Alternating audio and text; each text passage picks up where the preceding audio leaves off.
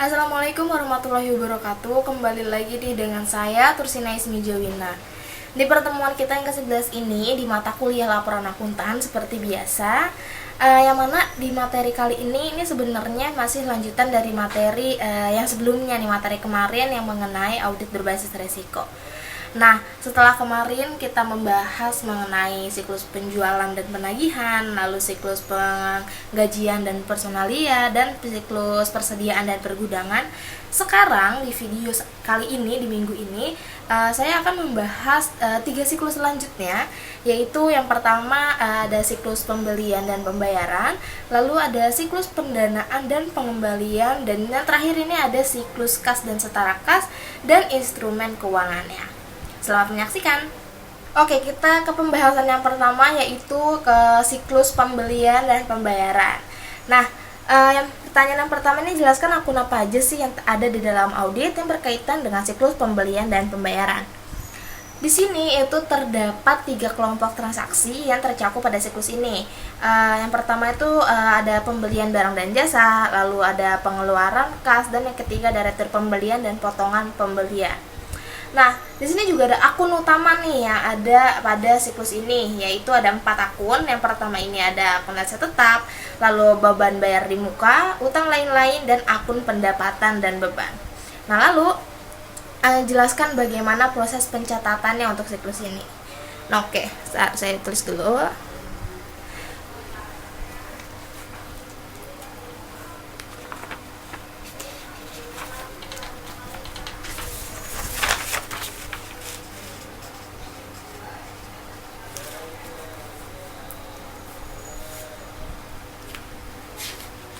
Nah, untuk jurnal transaksi untuk pembelian ini kita bisa tulis pembelian persediaan, terus properti, peralatan, aset tetap atau aset tetap lainnya pada utang usaha.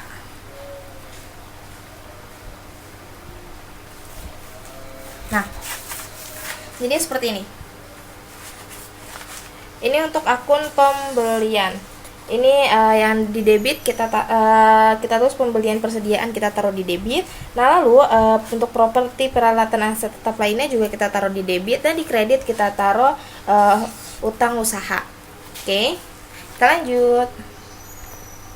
Nah, selanjutnya ini setelah pembelian ini dokumen yang digunakan ini tuh ya bisa pakai surat permintaan pembelian, surat permintaan penawaran harga, terus surat order pembelian, laporan pembelian, laporan penerimaan barang, terus surat perubahan order pembelian. Ya, pokoknya kayak catatan akuntansi yang digunakan itu biasa juga register bukti kas keluar, jurnal pembelian, utang, kartu utang, dan juga kartu persediaan. Nah, kita lanjut ke akun pengeluaran kas ya. Pada akun pengeluaran kas ini kita bisa tulis jurnal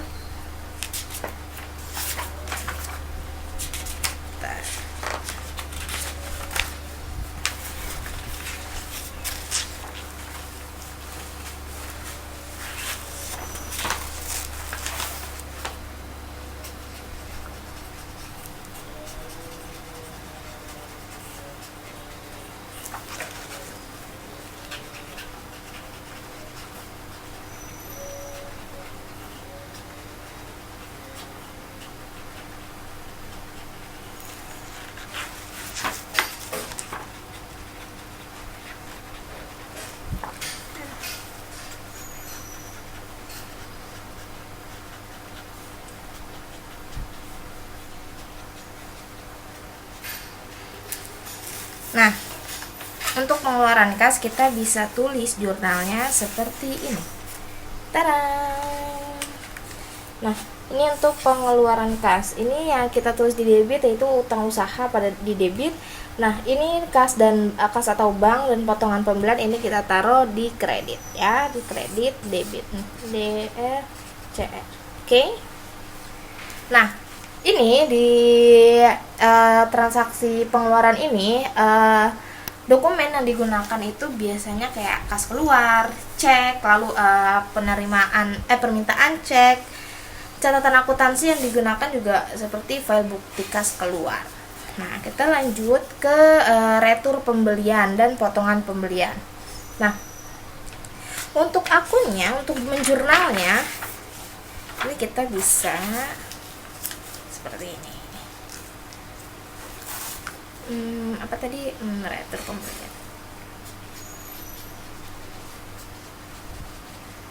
Retur pembelian dan potongan pembelian.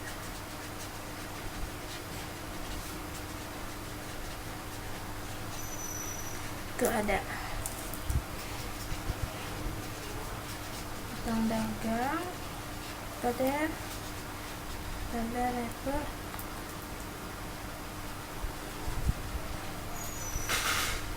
dan potongan pembelian.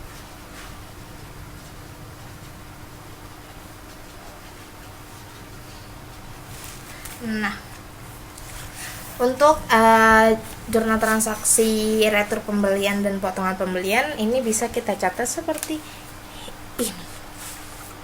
Utang dagang pada retur dan potongan pembeliannya. Mana ini utang dagangnya kita taruh di debit.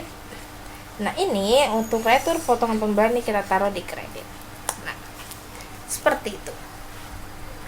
Nah, lalu dokumen yang digunakan di sini yaitu seperti invoice pembelian dan juga bukti kas keluar. Nah, catatan akuntansi yang digunakan itu adalah jurnal umum. Nah, lalu pertanyaan yang selanjutnya itu, menurut Anda bagaimana nih sebaiknya pengendalian internalnya untuk mencegah terjadinya kecurangan pada siklus ini? Oke. Di sini sebenarnya terdapat 5 komponen pengendalian intern kan. Yang pertama ini seperti lingkungan pengendalian yang mempengaruhi kesadaran akan pengendalian dari orang-orangnya. Nah, lingkungan pengendalian ini juga merupakan fondasi dari semua komponen pengendalian intern lainnya. Nah, lalu penilaian risiko yang ini merupakan ini mengidentifikasikan dan analisis entitas mengenai risiko yang relevan terhadap pencapaian tujuan entitas yang membentuk suatu dasar mengenai bagaimana nih risiko ini harus dikelola. Nah, lalu selanjutnya ini aktivitas pengendalian yang mana ini merupakan kebijakan dan prosedur yang membantu meyakinkan bahwa perintah manajemen ini telah dilaksanakan. Selanjutnya ada informasi dan komunikasi yang ini untuk mengidentifikasikan atau penangkapan dan pertukaran informasi dalam suatu bentuk dan kerangka waktu yang membuat orang mampu melaksanakan tanggung jawabnya. Nah, lalu ada pemantauan. Ini suatu proses yang menilai suatu kualitas kinerja pengendalian intern pada suatu waktu. Nah, terus pengendalian internnya apa? Nah, ini pengendalian internalnya itu yang pertama penggunaan bukti memorial yang diotorisasi untuk setiap pencadangan kerugian piutang. Lalu untuk menjamin transaksi pencadangan kerugian piutang ini terjadi berdasarkan otorisasi dari yang berwenang. Terus sistem pencadangan kerugian menggunakan dokumen bukti memorial yang diwujudkan dalam bentuk tanda tangan otorisasi dari manajer yang berwenang. Nah, lalu yang terakhir ini setiap pencatatan juga harus dilandasi dengan dokumen sumber dan dokumen pendukung yang lengkap dan juga tepat. Nah, selanjutnya bagaimana sih caranya untuk menguji pengendalian atas siklus dari siklus pembelian dan pembayaran ini atau TOC-nya?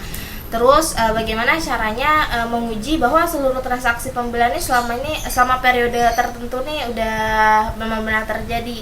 Nah, ini sebenarnya 2 pertanyaan yang terpisah, cuman saya jadiin satu ya teman-teman. Nah, test of control dan substantif test of rejection untuk pembelian ini yang pertama ada occurrence ya benar. Yang ini pembelian yang dibukukan di sini adalah untuk barang dan jasa yang diterima dan konsisten dengan kebutuhan audit. Nah, di internal control-nya itu terdiri dari yang pertama tuh dokumen purchase requisition, lalu purchase order, laporan penerimaan barang, invoice atau faktur dari supplier dilampirkan pada jurnal voucher. Nah, lalu ada penjurnalan dilakukan untuk supplier yang telah mendapat otorisasi dalam master file. Nah, yang 3 itu ada dokumen yang telah dijurnal, ditandai atau dicap nih sudah dijurnal agar tidak digunakan ulang. Lalu Ada invoice, laporan penerimaan barang dan purchase order di verifikasi secara internal. Nah, test of controlnya yang pertama, periksa kebenaran dokumen yang dilampirkan dalam suatu jurnal voucher.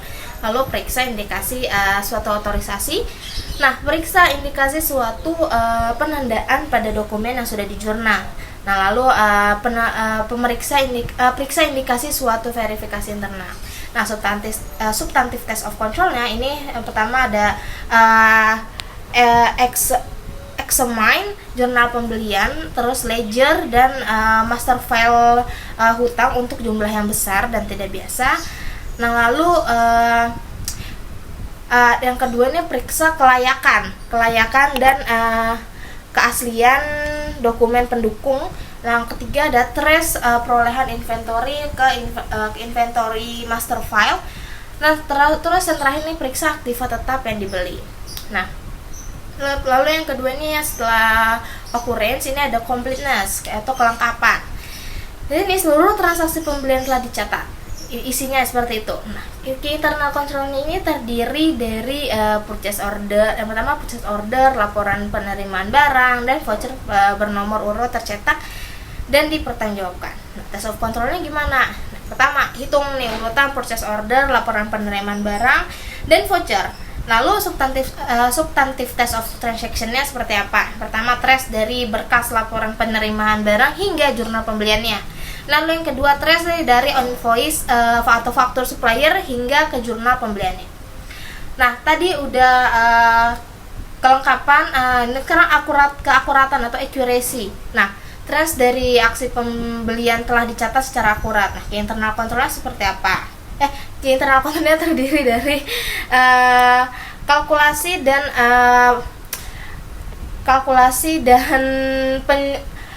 penjumlahan diverifikasi secara internal. Nah, lalu total batch ini dibandingkan dengan laporan ikhtisar yang dihasilkan oleh komputer. Nah, yang ketiga ini pembelian itu disetujui nih sesuai dengan harga dan diskon yang diberikan. Nah, test of controlnya seperti apa? Yang pertama, periksa dulu nih indikasi verifikasi internalnya. Lalu periksa berkas total batch untuk melihat adanya verifikasi petugas. Nah, ketiga nih periksa lagi nih indikasi otorisasi.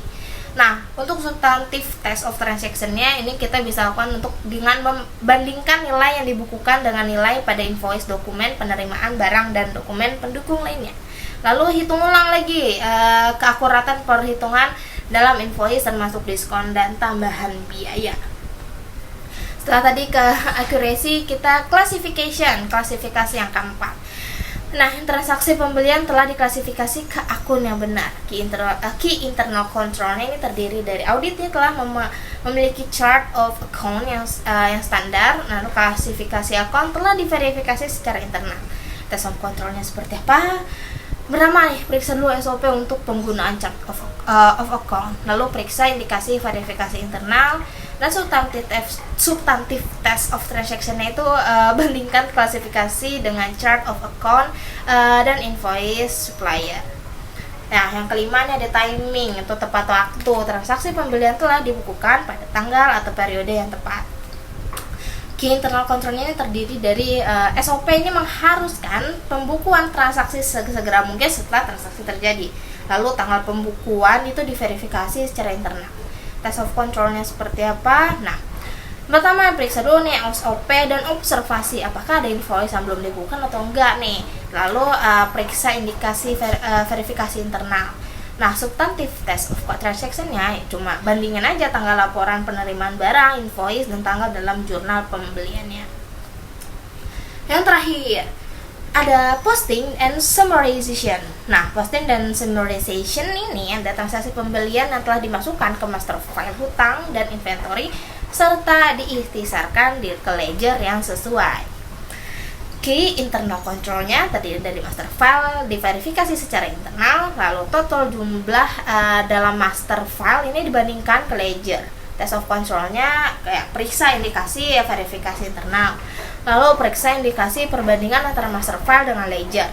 Substantif test of transaction-nya ya uji keakuratan penjumlahan pada master file dan ledgernya. Oke, kita lanjut. Bagaimana caranya menguji bahwa saldo utang supplier sudah tepat untuk TDB-nya ya. Nah, utang usaha ini merupakan kewajiban yang belum dibayar atas barang dan jasa yang diterima dalam peristiwa bisnis biasa. Nah, metodologi yang digunakan sama dengan yang digunakan untuk TDB piutang usaha. Nah, jika TOC dan STOT ini menunjukkan bahwa pengendalian telah beroperasi dengan efektif dan prosedur analitis ini menunjukkan hasil yang memuaskan, nah, auditor mungkin akan mengurangi TDB utang usaha. Tapi karena utang usaha ini cenderung material, auditor ini hampir selalu melaksanakan sejumlah TDB. Nah, ini account payable itu kita bahas dulu. Account payable ini adalah kewajiban yang belum dibayar untuk barang dan jasa yang diterima dalam kegiatan bisnis biasa. Nah, account payable ini termasuk kewajiban untuk perolehan bahan baku, peralatan, utility, perbaikan dan banyak jenis barang yang jasa yang diterima sebelum akhir tahun. Nah, sebagian besar account payable juga dapat diidentifikasi dengan adanya faktur vendor untuk kewajiban tersebut. Nah, di sini account payable harus dibedakan dari kewajiban yang masih harus dibayar dan kewajiban yang mengandung bunga. Liability ini adalah account payable hanya jika jumlah total kewajibannya diketahui dan terutang pada tanggal neraca. Jika kewajiban termasuk pembayaran bunga, maka harus dicatat sebagai wesel bayar, hutang kontrak, hutang hipotek, atau hutang obligasi. Nah, 7 dari 8 tujuan audit yang berkaitan dengan saldo ini dapat diterapkan pada utang usaha: eksistensi, kelengkapan, akurata, klasifikasi, pisau batas, detail time, terus serta hak dan kewajiban. Jika dalam audit atas aset, auditor ini menekankan pada lebih saji saldo, perbedaan pada audit utang usaha atau kewajiban di mana auditor lebih menekankan pada kurang saji saldo. Perbedaan ini terkait dengan kewajiban hukum akuntan publik. Nah, jika pengguna laporan keuangan setelah diaudit menentukan bahwa ekuitas dilebih sajikan secara material, ya, yang notabene-nya ini diakibatkan oleh lebih saji aset atau kurang saji utang usaha, tuntutan hukum terhadap kantor akuntan publik mungkin akan terjadi. Nah, itu terjadi pada perusahaan atau entitas yang saya bahas pada tugas besar 2, yaitu PT Garuda Indonesia, yang mana dia harusnya menaruh utang malah jadi taruhnya di pendapatan, harusnya padahal ini belum ada gitu kan. Jadi itu yang jadi perdebatan pada saat itu. Itu saya sudah bahas di tugas besar 2. Nah, lalu hal apa aja nih yang perlu kita lakukan ketika melakukan pengujian analitis atas siklus ini, siklus pembayaran dan pembelian. Nah, penggunaan prosedur analitis itu sangat pentingnya nih dalam siklus akuisisi dan siklus pembayaran seperti dalam setiap siklus lainnya, terutama untuk mengungkapkan salah saji dalam hutang dagang. Nah, substantif analytical prosedur untuk siklus pembelian, ya, ini yang pertama itu bandingkan saldo akun expense terkait akuisisi dengan tahun-tahun sebelumnya. Apakah terjadi salah saji pada akun payable dan expense atau tidak. Lalu yang kedua ini meninjau daftar akun payable untuk hutang yang tidak biasa atau non vendor dan berbunga, liabilities. Di sini apakah di sini juga terjadi salah saji dalam klasifikasi untuk non trade. Nah, yang ketiga ini membandingkan akun account payable individu dalam tahun sebelumnya. Di sini apakah ada akun yang tidak tercatat atau tidak ada atau salah saji. Nah, terakhir ini hitung rasionya seperti purchase dibagi dengan account payable dan account payable dibagi dengan kewajiban lancar. Oke, kita lanjut ke siklus yang kedua, yaitu siklus pendanaan dan pengembalian. Nah, sama seperti yang pertanyaan pertama, yaitu jelaskan apa aja nih akun apa aja yang ada di audit yang berkaitan dengan siklus pendanaan dan pengembalian. Nah, yaitu ada utang jangka panjang, ada utang jangka pendek, aset dan juga kas dan setara kas. Nah, lalu jelasan lagi bagaimana proses pencatatannya. Nah, oke, kita mulai menjurnal lagi. Ini maaf ya teman-teman.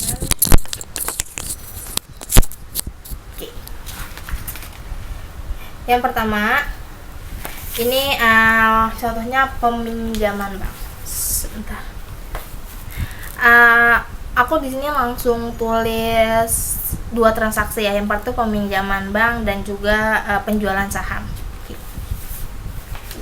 Wait for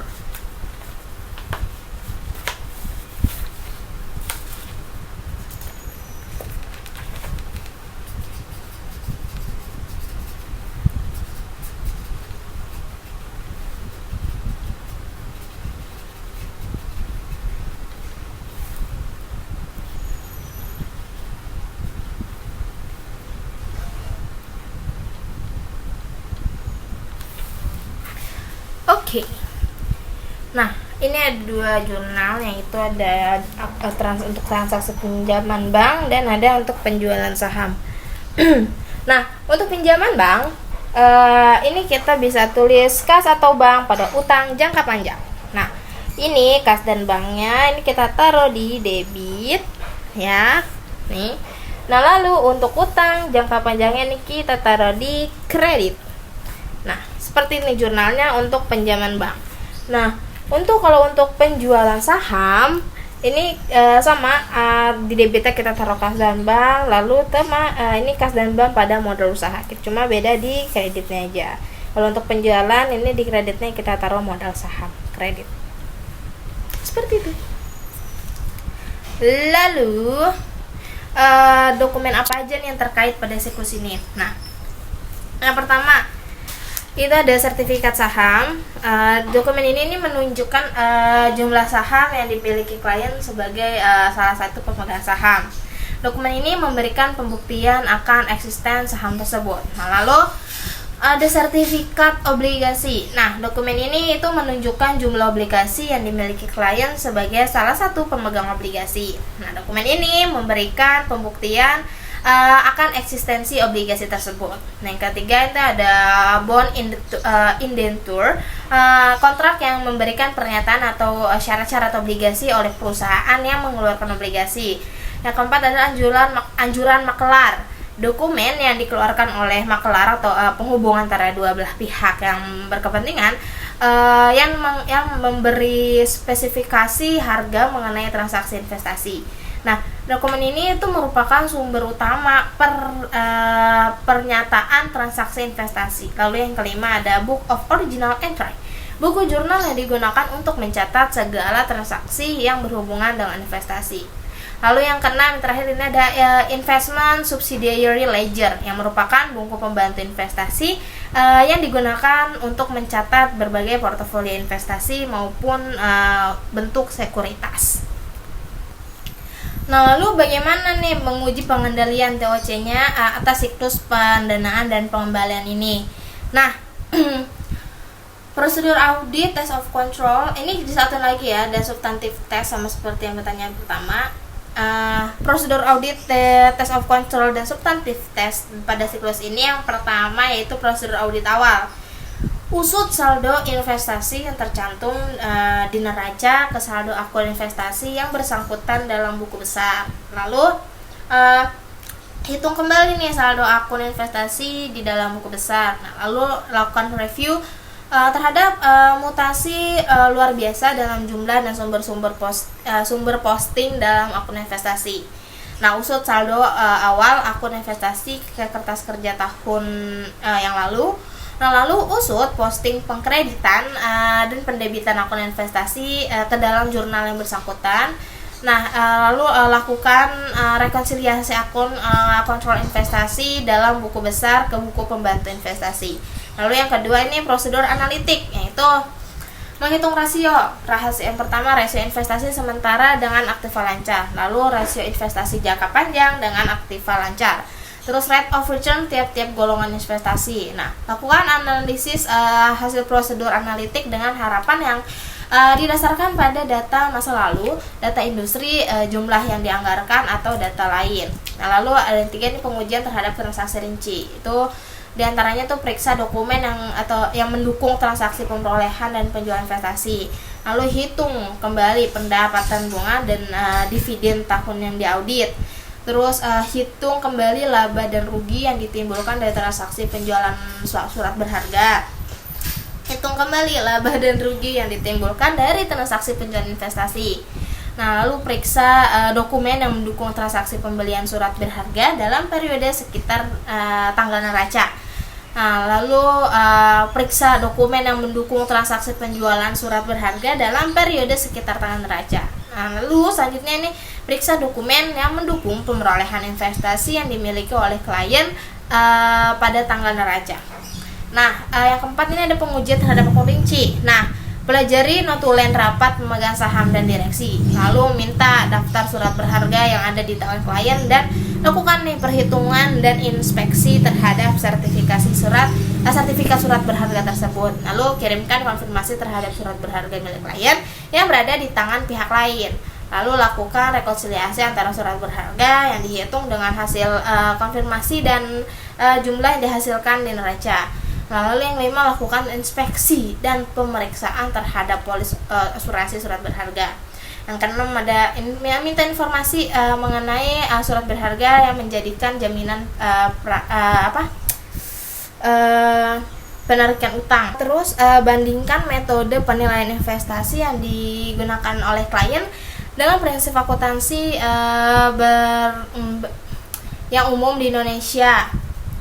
Lalu bandingkan nilai investasi dengan harga pasar surat berharga. Nah, yang kelima, lakukan verifikasi penyajian dan pengungkapan.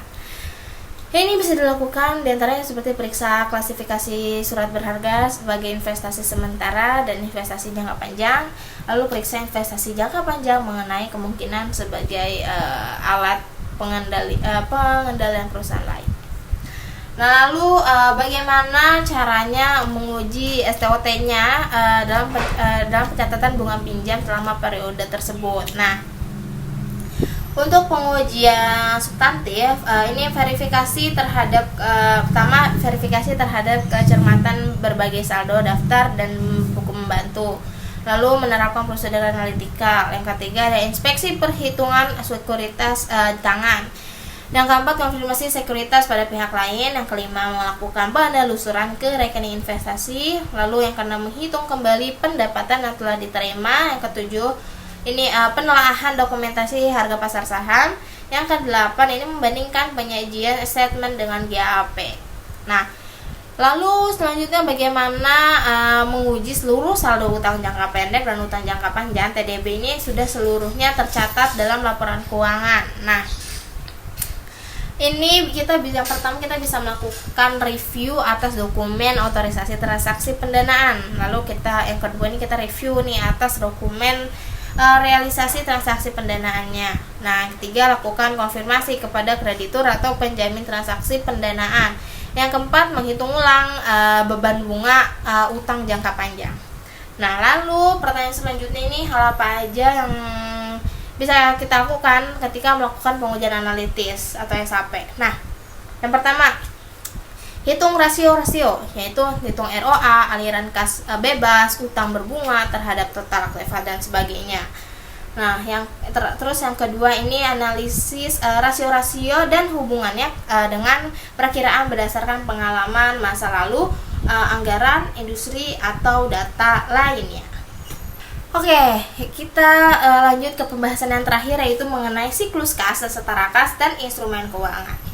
Nah, pertanyaan yang pertama, bagaimana nih sebaiknya pengendalian internalnya untuk mencegah terjadinya kesalahan catat dan mencegah terjadinya kecurangan pada siklus ini?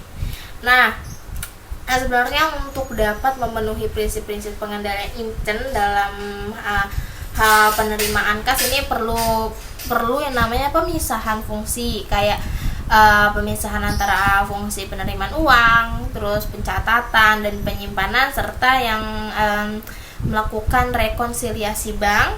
Lalu pengendalian yang harus dilakukan ini yang dalam prosedur pengeluaran kas, yaitu pertama ada Yang pertama ada penandatanganan cek, harus mereview bukti kas keluar dan dokumen pendukungnya. Lalu pembubuhan cap lunas terhadap bukti kas keluar yang telah dibayar beserta dokumen pendukungnya. Lalu 3, pengecekan secara independen antara cek dengan bukti kas keluar.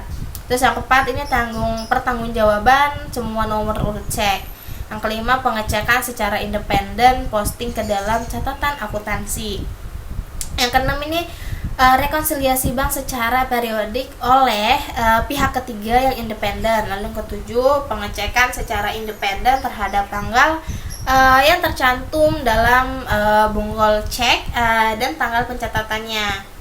Nah, lalu setelah itu ada pengendalian internal atas kas kecil, yaitu ini terdiri dari yang pertama pembatasan, ini pembatasannya juga harus dilakukan atas pengeluaran dari kas kecil sama halnya dengan jumlah total dana.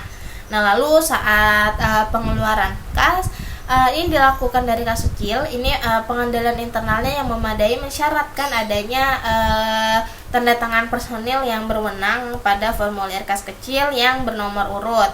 Nah, lalu saat pengeluaran kas dilakukan dari kas kecil, pengendalian internal yang memadai ini mensyaratkan adanya tanda tangan personil yang berwenang pada formulir kas kecil yang bernomor urut. Nah, lalu bagaimana caranya menguji pengendalian test of control ini atas investasi pada instrumen keuangan berupa pembelian reksadana. Nah, pengujian pengendalian ini merupakan prosedur audit yang dirancang untuk memverifikasi efektivitas pengendalian internal klien. Nah, pengujian pengendalian ini terutama ini ditujukan untuk mendapatkan informasi mengenai yang kayak frekuensi pelaksanaan aktivitas pengendalian yang diterapkan, lalu mutu pelaksanaan aktivitas pengendalian tersebut, dan lalu karyawan yang melaksanakan aktivitas pengendalian tersebut. Nah, di sini auditor ini melakukan pengujian dengan cara memilih secara acak nih surat order pembelian yang dibuat oleh klien dalam tahun yang diperiksa, dan kemudian melakukan audit. Kayak dia melakukan auditnya mengenai apa aja. Nah, itu mengenai yang pertama frekuensi pelaksanaan aktivitas pengendalian. Nah, dalam pengujian ini auditor memeriksa seberapa banyak sih transaksi pembelian diotorisasi dari pejabat yang berwenang dalam periode yang diperiksa. Nah, kemungkinan dari 150 lembar order pembelian yang dibuat oleh klien dalam bulan tersebut, auditor ini ternyata cuma menemukan 145 lembar aja. Nah, cuma 145 lembar yang telah diotorisasi oleh pejabat yang berwenang. Lalu 5 lagi mana? Nah, 5 lagi ini tidak berisi tanda tangan pejabat yang berwenang. Nah, lalu yang kedua, mutu pelaksanaan aktivitas pengendalian. Nah, otorisasi dari pejabat yang berwenang ini merupakan salah satu aktivitas pengendalian untuk mengawasi transaksi pembelian. Di samping auditor ini berkepentingan terhadap frekuensi terjadinya pengendalian atas transaksi pembelian, ini melalui otorisasi tersebut, dalam pengujian pengendalian ini auditor juga harus menguji mutu pelaksanaan aktivitas pengendalian. Nah, terkadang ya sering banget gitu dalam melaksanakan suatu aktivitas, ini karyawan nih kadang hanya melaksanakan aktivitas tersebut tanpa mengetahui apa nih yang hendak dia capai dengan aktivitas pengendalian tersebut. Nah, pelaksanaan suatu aktivitas pengendalian ini dikatakan baik dulunya jika aktivitas tersebut dapat mencapai tujuan yang hendak dicapai dengan melaksanakan aktivitas pengendalian tersebut gitu. Nah, lalu yang ketiga ini ada karyawan yang melaksanakan aktivitas pengendalian. Nah, pelaksanaan suatu aktivitas pengendalian ini sangat amat bergantung menurut saya pada siapa yang melaksanakan aktivitas tersebut. Nah, salah satu unsur pengendalian intern terhadap sediaan itu adalah dilakukannya secara periodik pencocokan secara fisik sediaan yang benar-benar ada di tangan perusahaan nih dalam jumlah sediaan yang tercantum dalam catatan akuntansi. Nah, biasanya aktivitas pengendalian ini dilaksanakan oleh klien dengan perhitungan fisik sediaan. Nah, dalam pengujian pengendalian di sini auditor menguji apakah nih secara periodik klien ini melaksanakan aktivitas pengendalian terhadap sediaan. Nah, tapi di samping itu juga auditor juga melakukan pengujian mengenai karyawan yang melaksanakan aktivitas pengendalian tersebut. Nah, lalu bagaimana nih selanjutnya bagaimana menguji bahwa seluruh transaksi investasi pada instrumen keuangan ini memang benar-benar ada, bukan fiktif ya. Nah, kesalahan moneter yang terdapat dalam informasi yang disajikan dalam laporan keuangan kemungkinan terjadi karena beberapa kesalahan, seperti misalnya penerapan prinsip akuntansi berterima umum di Indonesia, terus tidak diterapkannya prinsip akuntansi berterima umum di Indonesia, terus ketidakkonsistensian dalam penerapan prinsip akuntansi. Nah, lalu ketidaktepatan pisah batas atau cut off pencatatan transaksi, lalu perhitungan penambahan, pengurangan pengalian dan pembagian ini juga perlu diperhatikan. Nah, pekerjaan penyalinan, penggolongan dan peringkasan informasi, dan terus yang terakhir ini pencantuman pengungkapan atau disclosure unsur tertentu dalam laporan keuangan. Misalnya, saya kasih contoh sebagai contoh aja ya. Saya dalam suatu pengujian substantif terhadap pendapatan penjualan sales revenue gitu kan. Auditor ini melakukan prosedur audit untuk menemukan yang pertama kemungkinan terjadinya kesalahan klien dalam menerapkan prinsip akuntansi terus sehingga berakibat gitu angka pendapatan penjualan dalam laporan laba rugi ini menjadi rendah atau lebih tinggi dari jumlah yang seharusnya. Ini juga terjadi di kasus perusahaan yang saya ambil juga sebesar 2 PT Garuda Indonesia. Nah, lalu adanya kemungkinan klien ini menyajikan informasi pendapatan penjualan yang tidak berdasarkan prinsip. Sama juga, ini juga terjadi pada PT Garuda Indonesia. Nah, di sini akuntansi ini sehingga di sini tuh dapat mengakibatkan pemakaian laporan keuangan salah dalam membuat keputusan. Nah, yang ketiga, ini kemungkinan klien ini mengubah prinsip akuntansi yang digunakan dalam menyajikan angka pendapatan penjualan dan tidak memberikan pengungkapan mengenai akibat perubahan penerapan prinsip tersebut terhadap angka hasil laba bersih, sehingga dalam hal ini tuh dapat mengakibatkan tidak dapat diperbandingannya nih laporan keuangan klien tahun yang diaudit dengan laporan keuangan klien yang disajikan dalam tahun sebelumnya. Nah, yang keempat, ini kemungkinan klien melakukan pisah batas atau cut off transaksi penjualan ini nggak tepat atau nggak konsisten dengan yang digunakannya dalam tahun sebelumnya gitu. Misalnya transaksi penjualan tahun 2019 ini dicatat oleh klien sebagai pendapatan penjualan tahun 2019. Nah, misalnya atau contoh lainnya gitu, dalam tahun yang diaudit gitu, klien menggunakan tanggal 24 Desember sebagai tanggal pisah batas atau cut off untuk memisahkan transaksi penjualan tahun yang diaudit dengan tahun yang akan datang. Nah, sedangkan dalam tahun sebelumnya nih si klien menggunakan tanggal 31 Desember sebagai tanggal pisah batasnya. Nah, dari sini aja udah kelihatan beda. Ini sangat berakibat terhadap terjadinya kesalahan penyajian angka pendapatan penjualan dan dalam laporan laba rugi. Nah, lalu yang kelima, ini kemungkinan terjadinya kesalahan moneter dalam menyajikan angka pendapatan penjualan karena terjadinya kesalahan pekerjaan clerical atau clerical works gitu kan. Nah, pengumpulan informasi penjualan ini mencakup kegiatan menyalin informasi dari berbagai dokumen ke dalam jurnal, seperti kayak kegiatan jumlah, mengurangi, mengalihkan dan membagi, juga kegiatan meringkas informasi dalam jurnal dan memindahkan jumlahnya untuk diposting ke dalam akun-akun buku besar. Kegiatan menyajikan informasi dalam laporan keuangan gitu. Kegiatan-kegiatan tersebut tuh sebenarnya merupakan kegiatan clerical. Nah, lalu dalam pengujian substantif, auditor ini melakukan prosedur audit untuk menemukan kesalahan moneter sebagai akibat dari kesalahan pekerjaan clerical ini. Nah, lalu yang keenam, ini ada kemungkinan tidak cukupnya pengungkapan dari klien yang seharusnya dicantumkan dalam laporan keuangan yang dapat mengakibatkan pemakai laporan keuangan ini salah dalam mengambil keputusan. Nah, misalnya klien menggajikan angka pendapatan penjualan dalam tahun yang diauditnya sebesar misalnya berapa? 500 juta ya. Nah, informasi tersebut nih misalnya disajikan oleh klien dalam laporan laba rugi tanpa pengungkapan lebih lanjut. Nah, dari pengujian substantif misalnya auditor ini menemukan informasi bahwa 75% dari jumlah tersebut ini merupakan pendapatan penjualan klien dari transaksi penjualan produk kepada anak perusahaannya.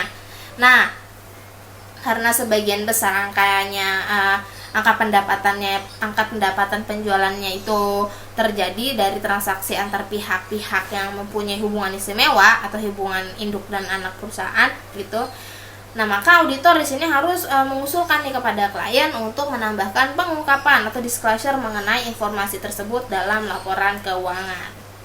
Nah, lalu bagaimana cara menguji seluruh saldo kas kecil dan saldo di bank memang ada atau benar ada atau TDB gitu kan. Nah, ini di sini kita harus memeriksa apakah saldo kas dan kas di bank yang ada di laporan posisi keuangan atau neraca pada akhir periode ini benar-benar ada dan dimiliki oleh perusahaan atau eksistens. Nah, kas di bank seperti dinyatakan dalam rekonsiliasinya adalah absah dan benar, dan hal ini juga bisa dilakukan dengan cara melakukan konfirmasi saldo kas di bank dan melakukan rekonsiliasi catatan kas dengan catatan rekening koran bank yang bersangkutan atau validity and valuation. Nah, lalu hal apa aja yang dilakukan ketika melakukan pengujian analitis atau SAP atas siklus ini? Nah, sini kita bisa melakukan dengan membandingkan nih saldo akhir pada rekonsiliasi bank, setoran dalam perjalanan, cek beredar, terus dan jenis rekonsiliasi lainnya dengan rekonsiliasi yang dilakukan pada tahun-tahun sebelumnya. Nah, di sini auditor juga perlu membandingkan saldo akhir kas dengan saldo bulan-bulan sebelumnya. Nah, prosedur analitis ini juga dapat ditemukan salah saji pada kas. Oke, kita sudah berada di ujung video.